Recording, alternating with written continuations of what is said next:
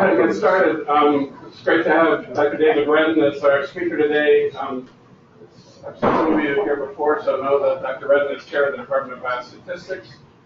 He's a really devoted teacher and also has a very active research program. He's particularly interested in the way in which tuberculosis spreads and how you organize multi-center clinical trials and research trials, and has a lot of studies involving different aspects of cancer and biology. But he's particularly great at explaining basic fundamental concepts, and today he's going to talk about statistical power. And hope you'll keep an eye out for other talks that he gives. I think he's still going to have his 3-day series or 3 2-hour session series held in Riles later in the year, so keep an eye out for that. It's really a fantastic opportunity to get a good foundation in biostatistics. All right. So first thing I can promise you, and you that have already seen the slides know this, I am not going to bury you with statistical formula, because that's not what I'm looking to do at all. What I really want to do is to be able to get you set up so that if you needed to consult with a statistician, you understand what key pieces we're going to need before we can go. And I also want to put you kind of at rest about something. Always remember this, and you'll see a slide about this over and over. The statistical power section is never the most important part of it. A lot of time I get people, I'm not joking, will stop me on the street and start talking to me about, hey, can you tell me what to do with this power calculation? And I have to turn around and say, slow down. We've got to start somewhere else, because I can't discuss power until I understand your hypothesis. And you'll understand why that's the case in just a minute.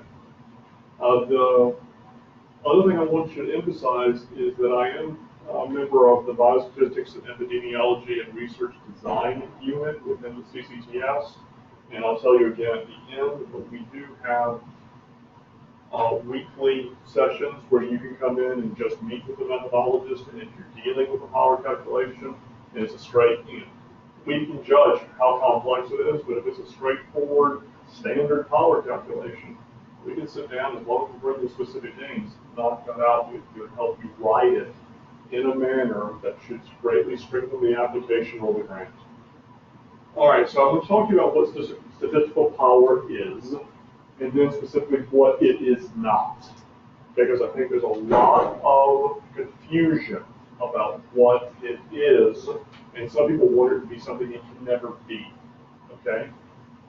How to approach power calculation, I kind of mentioned a little bit for either a grant application or for a dissertation. A lot of times dissertations come in and we need to look and be able to say, they're going to try to publish this research, what is the statistical power, and it's very common actually for reviewers to come back after a study has been submitted and say, hey, can you show us the power calculation?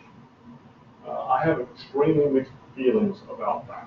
I will explain that in a moment, okay? Because at that point, the question may not even make sense. And I want to talk about the statistical concepts that guide the calculation.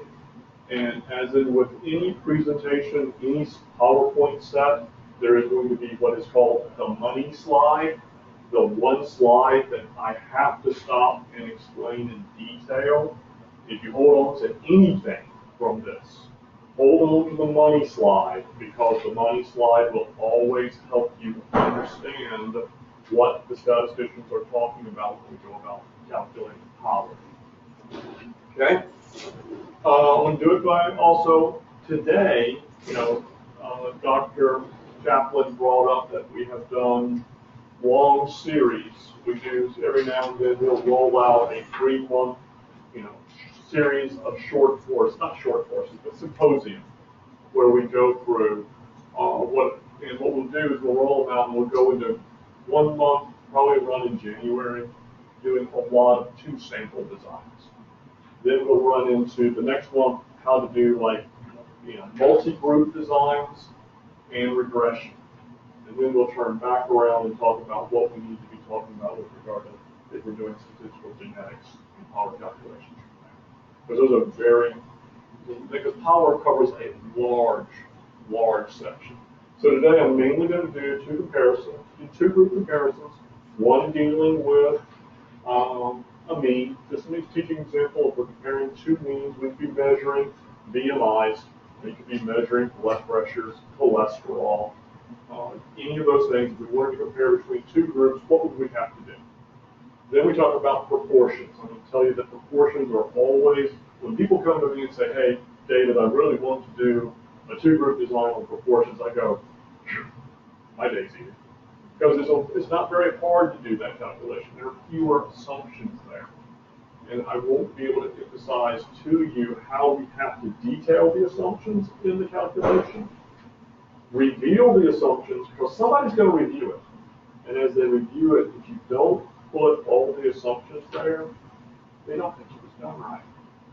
And that's the Achilles heel, especially going to study section. If someone for a second believes it wasn't done right, then they start getting very critical.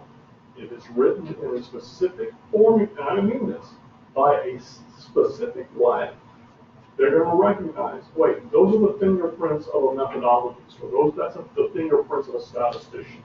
So they become much more convinced that all the I's were dotted, all the T's were crossed. And as long as they have all the information, they can replicate it. They can come back and do it. I'm going to say it over and over. Why the most important part of the power section is not the calculation. It's actually the details to replicate the calculation. I do want to emphasize, what is it?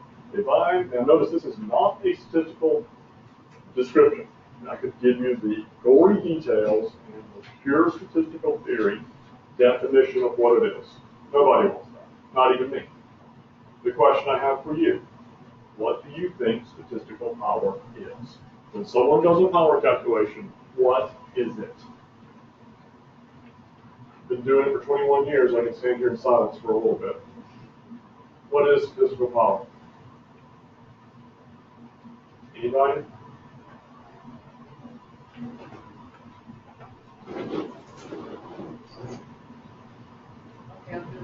Give it a shot. Go right ahead.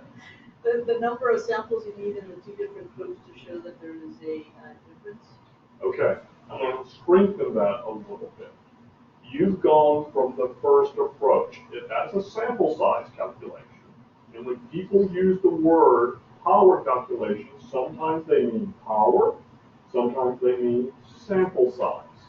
Now, what I would emphasize there is that it is true. It is the number of observations needed to have a certain chance of declaring a clinically relevant difference. In other words, I don't want it to be based on data. I want your scientific opinion.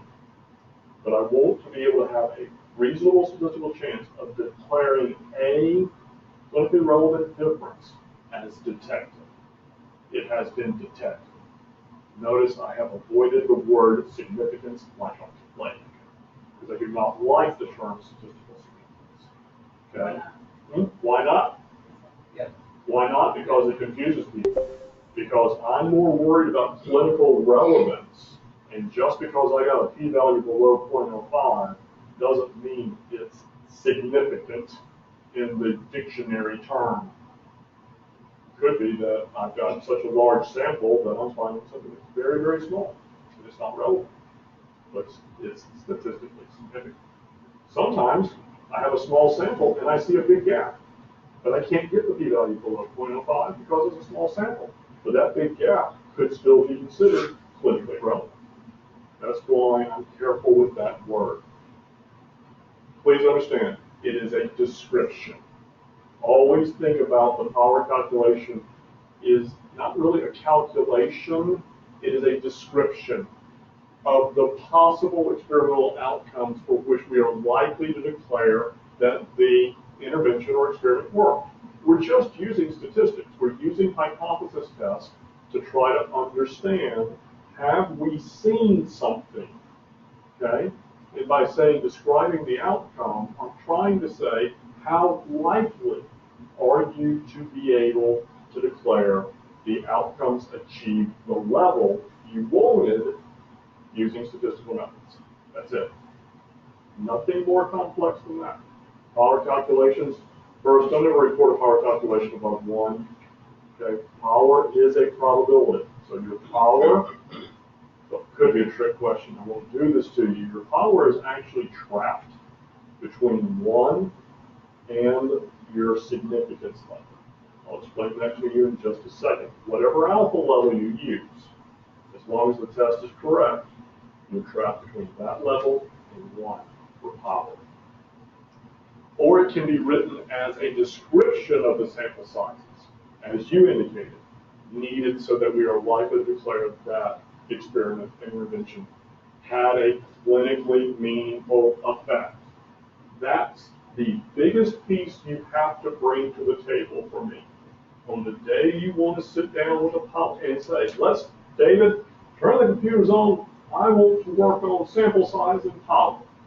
The very first thing I've got to know is, please help me understand your experiment. Is it 2 groups? Is it 3 groups? What type of outcome do you have? Are we measuring something that's continuous? And something like BMI, something that I can take a ruler to, and if I have a really good ruler, I can get really, really fine? Or am I talking about presence, absence? Yes, no. These things drive everything about the power calculation. Okay, what it is not, please, it is not the first thing to be worried about. I promise you, it is not where you start. If you start, it would be equivalent to allowing the tail to wag the dog. Okay? Don't start there. Always start with your specific aims. That even if you're not certain what you think the clinically relevant difference is, come on and meet with a statistician. That's great. Or a methodologist. That's great. If you don't have the specific aims listed out, or the design, or the outcome, or what you're going to measure, you're coming too early. Because remember, here's not a stats kind. I know it's outside probability and statistics. I will teach you grantsmanship. You win or lose page 1. The stats are never on page 1. You win or lose a grant with regard to the specific aims page. Always. I've been doing it for years. I've been in the study section. I can guarantee you, if they understand the relevance and the way the design is laid out, the stats and power calculations can help you get a stronger score. But I've never had a grant funded that said, we don't believe in these specific aims. But boy, that was a great power calculation. Doesn't happen. Okay? It will not happen. It's not a guarantee of success. Okay? When we do these power calculations, you'll see, I will say, assuming the following things, then with this sample size, we would have 80% power, which really means if I conducted the experiment 5 times, and all the assumptions were always true, 4 of them, I will be able to say, I found it. I would expect 4 of them to tell me I found it. I would expect 1 of them to miss. So it's not guaranteed. If I ran it 100 times, I would expect 80 of them to find it, 20 of them to miss it. That's what 80% power means. Now, as I've grown through the years, it used to be all the power calculations I would write, I would do 80% power. Given up on that, moved it up. Moved it up to 85. Moved it up to 90. Does that increase your sample size? Yes, of course it does. But it also gives you a little bit of freedom if the assumptions are wrong, which is why I try to do it that way now. Here is the biggest truth. Every power calculation is a guess. It has to be written as a guess. It's not. In fact, if I knew the truth, I wouldn't write the power calculation. Seriously. But it has to be written and explained as this is our best scientific, educated guess. Because that's why we're doing experiments. Okay? Please understand it is always a guess. Please. You must first define the specific game of hypothesis. I can do nothing. I can do nothing, let's put it this way, I can do nothing good. I can do a lot of damage if I misunderstand the design. So the first thing is, bring the specific aims, be ready to sit down, say, hey Dave, we're doing 2 groups. We're going after a diet study. We want to be able to see how much we can change the BMI. All of these things, or whatever it is, no matter how complex it is, that's where we have to begin. You have to help me understand, how are you going to measure your outcomes? Sometimes they're just all, they're what I call scale data. Agree, strongly disagree, all that. If that's the case, I need to understand that. None of that can be overlooked. Can I ask you a question? You can always. On the previous slide, like the previous thought, the 80% power. So if you conduct an experiment and you do the calculation based on 80% power, but you end up enrolling less patients, right? You're down. Observation. Yeah, well, you may or may not be down. So if you still find the result you're looking for, despite having a smaller sample size, does that strengthen your theory? I mean, does that tell you that even though you did not have the power you were going for, You still detected it. You still declared significant results. Okay. And you see, that's why, and can I kind of hold that to the very end, because that kind of takes us down a rabbit trail. Why I don't like reviewers saying after the study's over, hey, what's your power? Either I failed to find it, or I found it. The experiment's over. Power now is off the table. Power is talking about that as we run the experiment, if my assumptions are right, what are the probabilities? Okay? Think of what observed changes association would convince you that the research hypothesis is true.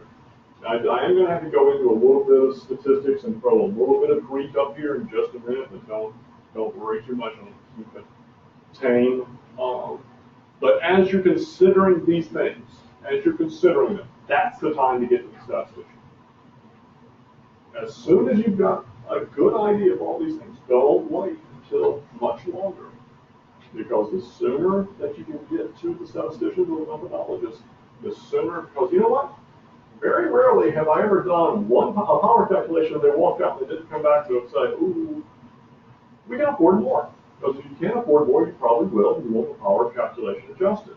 Sometimes they come back and say, David, sorry, there's just no way. There's no way we can get to that sample size after we really looked at the budget. Can you help us? The answer to that is, of course I can. Right? Okay, so let's talk about this. We're going to do a very basic idea. We're one slide away from the money slide. Okay? In anticipation. Keep in mind, and one of the things I will tell you really quick, we've got to be careful. I don't want to run over. That's what I'm thinking. I can teach you everything about a statistical hypothesis test, and you'll never forget it. Because a statistical hypothesis test is nothing more than a jury trial. That's all it is. When we do a jury trial, what is assumed? Which of the two hypotheses is assumed? What's the standard assumption when you go to a jury trial? The person is innocent. What's the alternative? What's the second possible outcome? They will say guilty. The way you think of every statistical experiment is you've got to keep in mind, I have two hypotheses. One is called the null, which is the innocence in a jury trial. The alternative, what? Why do you go to trial? Because prosecution wants to prove what? Guilt. They don't bring, prosecution will bring somebody in with innocence. If you're trying to prove guilt, well, we're doing the same thing. We're setting up, and we're saying the null hypothesis. Always remember, in the null hypothesis, we will have the equal signs. So this is saying there's no difference between the two groups because their means are right on top. They're equal. And then what is key for us is we have to imagine scenarios under the alternative distribution, or the alternative hypothesis. So here, if somebody came to me and said, David, we're going to do a power calculation on two group means, I would say, tell me what's the clinically relevant difference. And then somebody said, well, I really think the baseline group's going to be at 30, or that the control group will stay at 30, but I'm willing to look for a 2.5 difference in the means. This is what I'm setting up, 2.5, that there's a gap between the means. Therefore, I'm hoping this is existing, and that I need to design a study that gives me a good chance to fall on this hypothesis and get off of that. Okay? Now, as we go forward, I want you to think about one more thing. In a jury trial, they present evidence. In a clinical experiment, what's your evidence? What? Don't say the p-value, please. Huh? The data. The data is your evidence, and in a jury trial, there's a special phrase that's used. What is it? Evidence beyond a reasonable doubt. Statisticians that's where that 0.05 number comes from. When statisticians say I'm using a significance level of 0.05, there's my beyond a reasonable doubt. It all lines up, 1 to 1. Okay? So I'm going to run an experiment here. I'm going to have a beyond a reasonable doubt of 0.05. We can debate that in the design. Sometimes you want that lower, sometimes you want that higher. That's for us to discuss and walk through. All right? Here's the money slide. Okay? And you're going to say, well, that doesn't look very impressive, but it has everything here about power is here. Okay? So the top one is talking about the shape of the data if the null hypothesis is true. Because everything is centered at 0. Over here, I've shifted it a little bit. I've shifted it actually by 2, not 2.5. Now, depending on when you were trained in statistics, you were either taught the dreaded p-value, or you were taught a concept called rejection regions. Understand this, when you're trying to understand power, don't think p-values. Put that aside. Think about rejection regions. And if we did rejection regions, what we do is we carve off little pieces or the tails of the distribution. And what we do is we say, hey, let's put a 5% probability into those two tails. That's where the 0.05 comes from. We want to see something way out here to be convincing, or we need something down here to be convincing. Now, this is the alternative distribution. This is the one that we're hoping is true. What do we hope? We hope it is shifted. But the lines stay constant that you compare to. Those lines stay constant. And so what you're hoping is a lot of this distribution is falling above the green line. Now, how do you control where this distribution falls? By the hypothesized difference. If you hypothesize a big difference between the two groups, you're moving it all the way up here. And if you move it all the way up here, what does your power go to? 1. If all of this distribution was moved above the right green line, then you would have 100% power. Which, when we go to do 80% power, we're trying to find a difference that would shift this distribution up so that 80% of that bell would be above the green line. That's what we're doing. We're trying to find that difference. So there's another magical way that I can make more and more fall within above the green line. What's the other one? hinted at it earlier, we can shift the location, or I can change the shape.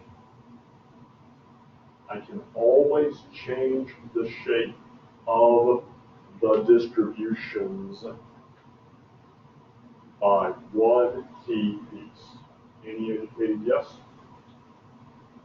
How could I change the shape? Specifically, how could I make it tighter? If I could make it tighter, I can make more fall. Increase sample size. Increase the sample size. I can always alter the shape by increasing the sample size. So there's your two levers. One, the difference you're looking for, making it bigger would make the power go up. Making it smaller makes power go down. But if I increase sample size, then I'm making things become much more tight, and I have a better ability to see things. Make sense? So I've got two pieces: the clinically relevant difference, and I also have the piece that is controlling shape, which is sample size. All right? And this is true for almost any power calculation we're working with. You go to a complex regression, okay, that's fine. I'm still going to have this basic concept. There's one under the null, there's one under the alternative, and as I move the pieces, I'm altering where they fall relative to each other, and I'm altering the shape of them.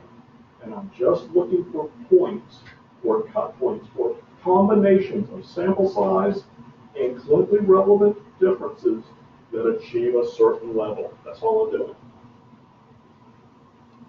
All right, so I'm going to walk you through one, and I'm going to talk to you about how it needs to be written. Okay, so let's assume that the common standard deviation is 5. Well, let's refresh our memory. What is the standard deviation? Standard deviation is just telling me how much the spread is. I have to have some variability. I'm just picking, and you'll see that sometimes I don't know the standard deviation. That doesn't stop me one bit. Just sail right through it. I'll show you how we can do it. You can come to me and say, hey, David, I know the clinically relevant difference, but I'm not really certain how much variability there's going to be in the data. That's good for me to know. We'll build a very robust calculation, and I'll show you how. We're going to assume that we're going to have a level of beyond the reasonable doubt. Alpha is type linear. We say we have to find evidence beyond a 5% probability level. That's what we're doing. And I'm just to do it this way. This happens more times than you know. Hey, David, I got 30. What can I find? What level would have to be, what difference would have to be out there for me to have an 80% chance of detecting it? Sometimes I get examples where the constraints are so tight that they just have to come to me and say, I've got 30. Well, once I'm bound there, I only have one lever to work with, and that's how far apart we move. Okay? So, now again, you can go out there. I mean, there are plenty of online power calculators. They're very good. I actually have several $1,000s worth of software on my laptop and my desktop to lead me through power calculations. I don't expect you to go spend thousands of dollars. That would be a mistake. We only need one. We can meet together and work it. Why do I show you this? Do I want you to do self-service? No. I don't want you to be afraid of it. I'm not afraid one bit for you to go out there and tinker and come in with an idea of what you think should be going on. That's good. We are at university for a reason. But be careful. Even if you've done it right, you want it written in a specific way that telegraphs every detail. And I'll be very honest, writing a solid power calculation, even for me after all these years, I sit there and spend 30 minutes, 45 minutes for a 4-sentence paragraph, making sure everything is there and they can replicate it. All right?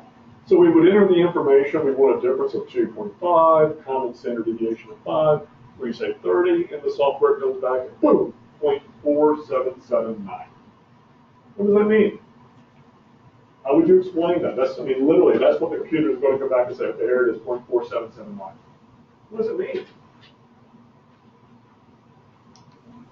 It means under that assumption, they're trying to tell you 47% of the alternative distribution under this scenario. Because what you just did, sorry to back up, but what you just did is by detailing all these pieces, 2.5, 5, 0.05, and 30, all of these pieces, what you did is you set up enough information to draw out two distributions. That's all you've done. And you're saying there's 47% of that curve within the rejection region. That means 47%, 48% of all the outcomes that you should expect are going to be in a region that can be declared significant. Don't like the word, but that's what is in literature. Okay? So that's what that's going. Now, here we go with the simple writing it up. Notice, you want to know how you can tell that I wrote the power calculation for a grant? Good chance. You ever just start going online, and we have libraries of really of R01s, R03s, KO wards that we have out there in the CTTS for people just to study, to get a feel for how to develop these things. You see a power calculation that starts with the word assuming, I tell you, because I start every one of them by telegraphing to the whole review section, I'm making some assumptions, assuming the following things. And notice what I said, assuming a two-tailed hypothesis. Go back to the money slide. There are two green lines. Using a type 1 error rate of 0.05. Notice I did not say using a significance level. I did not use beyond a reasonable doubt. I used the statistical term so that people would stop and go, wait, that's only a term of statistician would use. So there was statistician looking at this. Common standard deviation of 5. Under all these, I put then a total sample size of 30 per group of 60, but 30 per group provides 47.79% power to detect the difference between two groups' means of this. Everything written out there gives anybody who can get to a piece of statistical software that calculates power should be able to get to that exact same answer. And therefore they have confidence that A, you've reasoned it out right, and that they can replicate it, therefore they're confident in the calculation. Now, is 47.79% good? Would you want to put that out? You're talking about a 50-50 shot. So I would come back and if somebody said, hey David, really, that's the only, I can't get more than 30, David. Okay. Remember, I have the ability to move things. These are all assumptions. So what do? Somebody comes back and says, okay, where's the cut point for 80% power? Okay, here we go. I can reverse the calculations, start them over, and say, okay, now if you want 80%, but you're stuck at 60, assuming a two-tailed hypothesis test, using a type 1 error rate of 0.05 and a common standard deviation of 5, total sample size of 60, everything has stayed the same, except now I say 80% power to detect the difference between two group means of, and this had to move. I had to spread them further apart. By spreading them further apart, I have pulled those two distributions apart even further, so that you would have 80% of the alternative distribution above a green line. That's all I've done. So here you're looking at, you really need probably right at 3 point, let's just round it, let's say 3.7.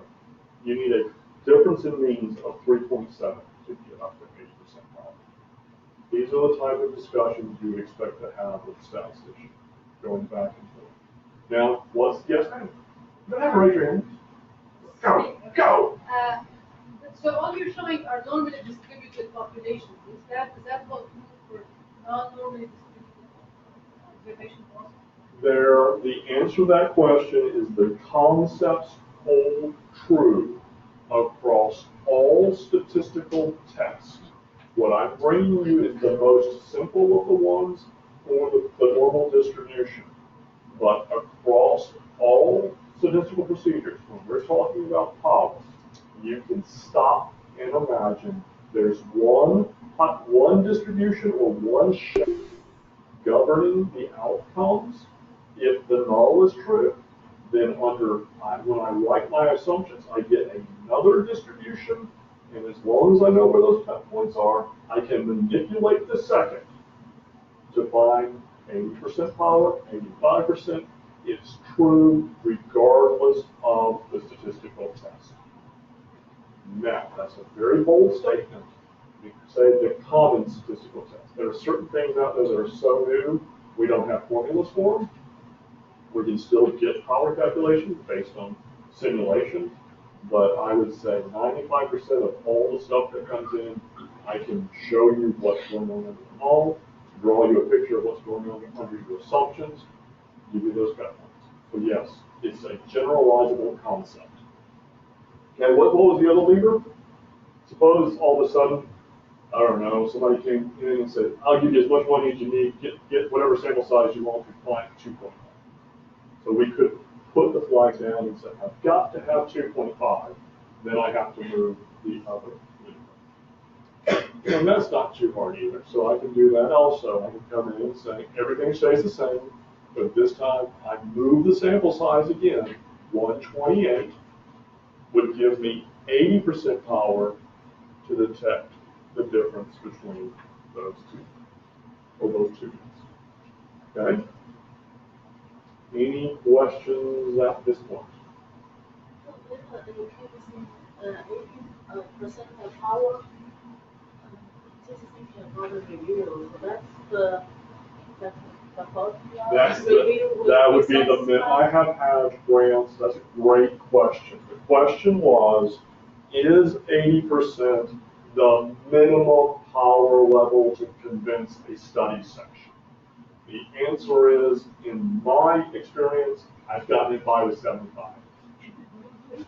Okay, but I generally start guiding people at 80%, but you'll see in a minute, I actually have given up on writing the one paragraph. I actually give you a table, and I will say, here are a series of assumptions on the rows, assumptions on the columns, and it shows a bigger landscape. And that is very helpful to reviewers, so they can see that over a wide landscape, we would maintain 85% power or 90% power. Okay? Okay, let's go over proportions, and then don't let me forget to circle back to the question about when reviewers come back and say, well, what was your power? And specifically journal reviewers. Okay? Don't let me forget that. All right, now we're going to make it a little bit easier. All right, so let me ask you something. I just said to you, I have a big sigh of relief when people call me and say, hey, I need to do a power calculation that's two proportions. It's really easy, because in a lot of ways there's a lot less assumptions. However, it's never good for you to call and say, I'm doing proportions. Your sample size is going to be higher. It's just that easy.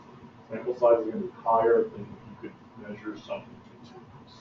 You can measure something continuous, try to get there for the sake of having a smaller sample size. So when I say proportion, keep in mind we're looking at, are you hypertensive, yes or no? The yes or no type. These are easier.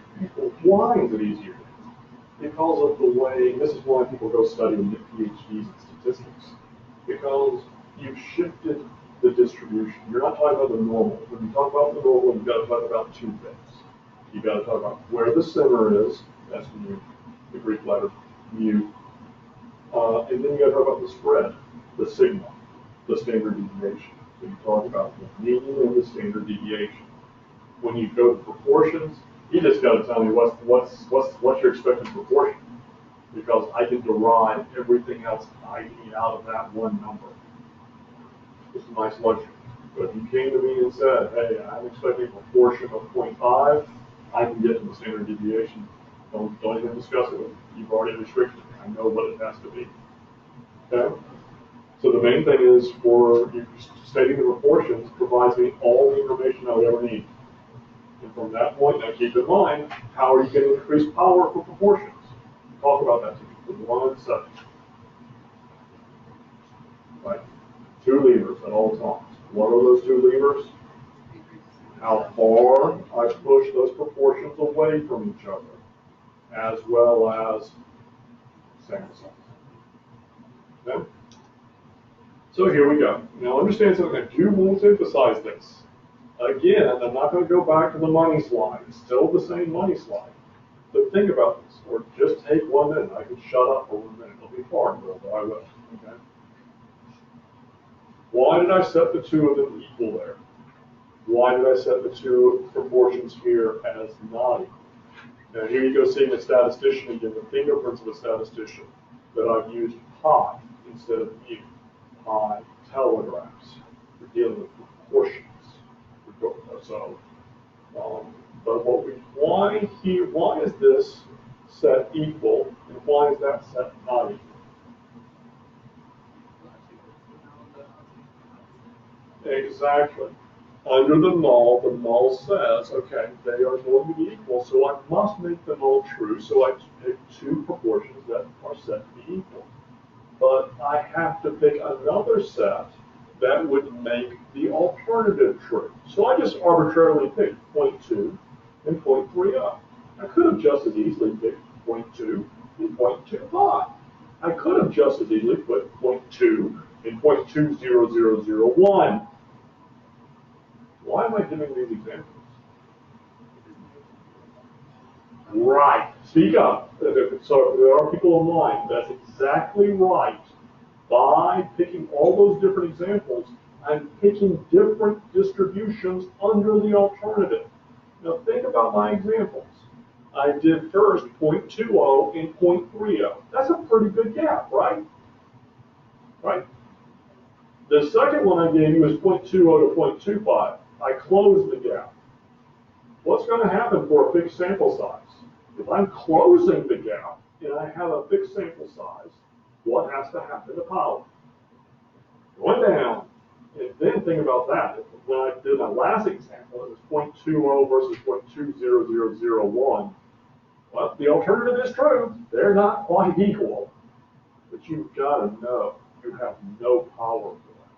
And if you ever want to design a study that takes such a small difference, you're going to have a sample size out the roof. You've got all concepts of power. You can think about it in those terms. Because what are you doing? As I kept decreasing the sample size, the gap, as I closed the gap, I kept moving the distribution back closer and closer. The alternative distribution became much more like that which I was imagining under the model. And here, look at this. The sample size is 588 total. Good size sample, a very good size study. And therefore, you would have to be in one of those situations where you're going to have a research staff, you're going to have a lot of people working for you managing and collecting that data. Okay? Now, this is the other thing. This is where I have evolved to over the years. A lot of times you come to me and you go, David, I'm really not certain of what my variability is. I'm going to go back to the example where we're talking about means, where you've got to talk about how far apart are the means, and you've got to figure out something about the spread. David, I just don't know. I've gone through the journals, I've gone through the literature. Some people are showing me a standard deviation of 2.5. Some people run this experiment. Sometimes they get a standard deviation of all the way up to 7.5. No problem. We can deal with that. And what I will come in and do is I'll come in and say, for a fixed sample size, suppose you say, hey, I can afford There's a lot of information hiding in this table. I can afford, let's just say hypothetically, you can afford, okay, you can afford 60 individuals. I had to look at the table to remember and deduce exactly which one I had to put in. Suppose you can afford 60 individuals, 30 into each arm.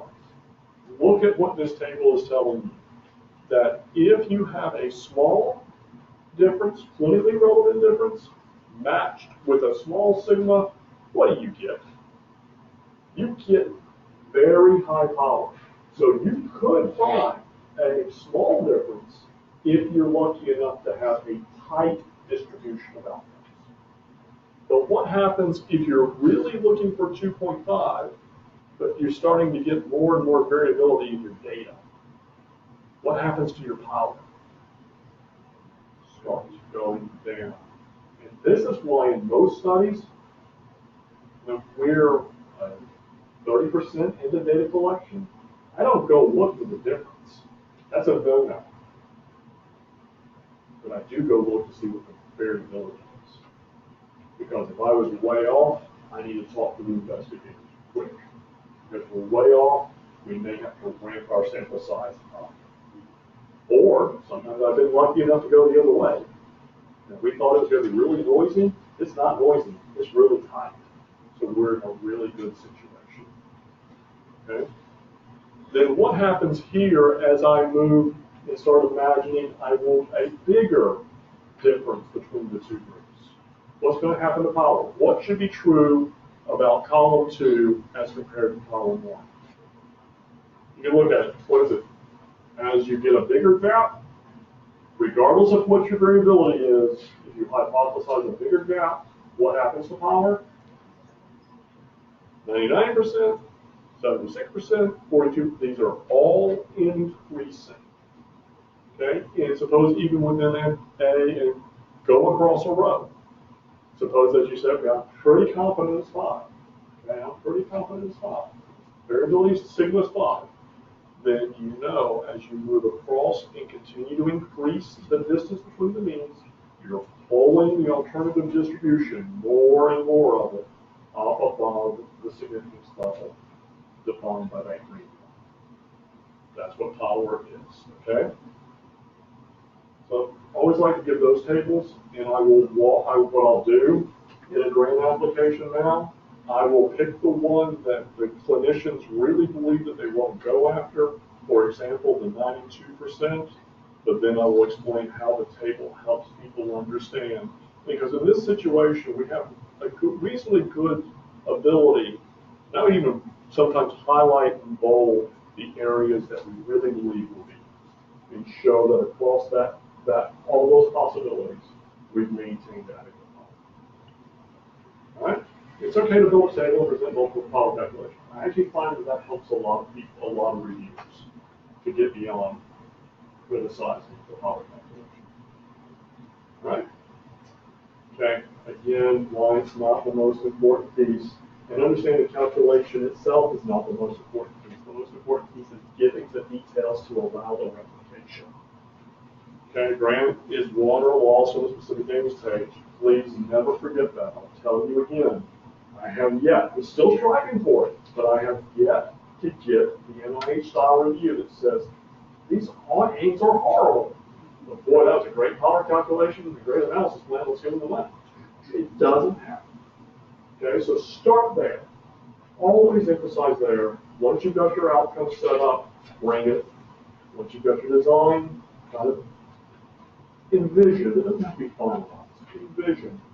As you start talking about sample size and power. Understand, I spend a lot of time on the phone with NIH. Study sessions. Why? Because they're asking me, can I replicate it? Can I, just by what's written in the paragraph, sit down with a cup of coffee, turn the computer on, and show that exact same calculation? Makes them feel a lot better when I say, yes, I can do it. Makes them feel a lot worse when I say, hey, There's not, and usually you'll see this, there is not sufficient details provided to allow replication of this calculation. Okay? You want to be able to have it written in a way that people, and you're saying to me, well, David, I have done this. You said sometimes it gets really complicated and you've got to do it by turning the computer on and telling the computer to do the hypothetical experiment 10,000 times. Yeah, I've done that. I've used that as a power calculation and I've gotten it funded. How in the world would you get it replicated? How could you, they can't replicate that. No, but I put the power, I put the software in the appendix. I wrote the whole, I gave them the whole program and said, if you have any questions, here's how it's done. Got it. Okay. Even if you're, yes? So just that comment depends on the software which you there to be few differences. There can be a few differences, yes, and understand doing, especially if you're going to, if you hear the statistician say, I've got to do it by simulation, there has to be a little bit of extra care, and by that, you need to be able to say, I need the program written in a way that it can't be reproducible. Okay? In other words, you've got to be able to set certain characteristics in the program that guarantee same numbers will be produced over and over. Always, even if you have done, and again, I'm quite confident that almost everybody in the room, if they really sat down with the software, would come to the correct power or sample size. Well, that's still not a reason to skip meeting with the methodologies. Just to be able to sit down and have somebody, you can say that you may not believe this. I am the chair of Biostats. Before a grant goes out, I'll email the power calculation to 2 or 3 of my very good friends. Prove it. Look at it. Is there anything missing? Is it clear? Recommend that you always have another methodologist look at it. Okay? Keep in mind the bird clinics are always open. We have walk-in biostats clinics. I want to clarify something. Just because it's called a clinic doesn't mean anything's wrong. Okay? It's not like you're sick or anything. We just mean you can come in and get advice. Talk about the fundamentals of analyses. A lot of times, y'all can laugh at me. It's true though. I've had people come in and say, David, they like the paper, but they're not convinced of certain things. How can you help us address these statistical concerns? I said, add a graph. We just put in a simple graph. We add one graph of paper and sails right through it. It shows all the information they need. A picture is worth 1,000 words sometimes. And so it's a lot of times we're just doing graph development. We're doing power calculations for either manuscripts or grant submissions. Now let's pause right here and let me go down the rabbit trail. When reviewers come back and say, okay, you rejected and you have concluded that there is a significant result, what was your policy? That is a very difficult thing to address for a journal review, because a statistician would say, it's irrelevant, we've already rejected. Our power is 1. We reject it. We've done it, game over, we have significant results, whether or not we've either found true results or we made a type 1 error. One of those two. So to talk about power now is kind of muddying the waters. Reviewers don't like it when they talk about approach. They think you're being argumentative. They think that you're dodging them. So what I will carefully do is I'll come back, and there's nothing to stop me from saying, based on what we've observed in the experiment, this is what, if we had to do it again, we would anticipate X% profit. Answer that. Okay, but I don't think that's a solid question. It is a better question when you have failed to declare something significant. You're trying to publish a non-significant result. Yeah, I do that too. I've had to publish non-significant results. But at that point, the question becomes, were you underpowered? That's a reasonable question. Or were your assumptions grossly wrong? That's a reasonable question. But it's never a reasonable question after you found it. I don't understand why you ask about how at that point. Okay? The other thing about walking point, oh, the other thing is you can go to the Research Commons and email the CCTS and say, hey, I would really like a one-on-one consultation. You know, I could get some ideas with regard to the walking in, but I really have I have a K award, or I have an R that's going, or I have a pilot. I really would like to get one-on-one time with a methodologist. Email, we have done all styles of NIH. We've done Department of Defense, NSF, National Science Foundation. No, NSF is not stand for not sufficient funds. It is actually the National Science Foundation. So we do all of those, happy to help out. Like I've said before, I am a firm believer in collaboration. Okay, now here's the sales pitch. What is collaboration? Collaboration was defined in 1989 in Barbara Gray's textbook on collaboration as when individuals come together from very different backgrounds in an environment of mutual respect to solve a problem beyond what could be achieved in isolation. So I want to bring my skills in with your skills to get the best we can out of it. If you ever have questions or you need a consult, it's there on the webpage, and you can email in, and more than likely it'll come to me, and then I'll try to pair up very carefully the correct methodologist to your needs. Okay? And with that, I'll take questions.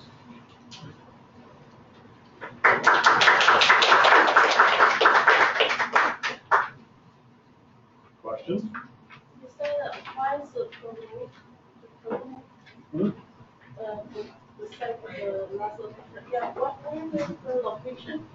Here, Oh. in this room, on Wednesdays from 11 to 1, and then the Edge of Chaos, which is over in Lister Hill. There's another clinic. So those are the Wednesday clinics are in here, and the Monday clinics are over in the Edge of Chaos, and they run from like 10 to 2. Okay. Other questions? I will. Can you help with the study design? Yes. Yeah. With regard to what we believe is the best way to design it, yes, of course we can. Other questions? All right, thank you.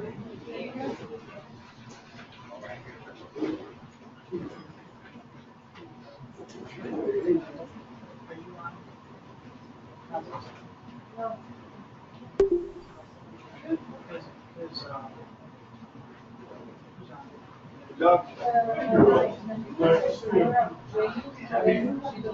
I'm on a call. Well, I've got to, I've got to swing back to Cobalt. I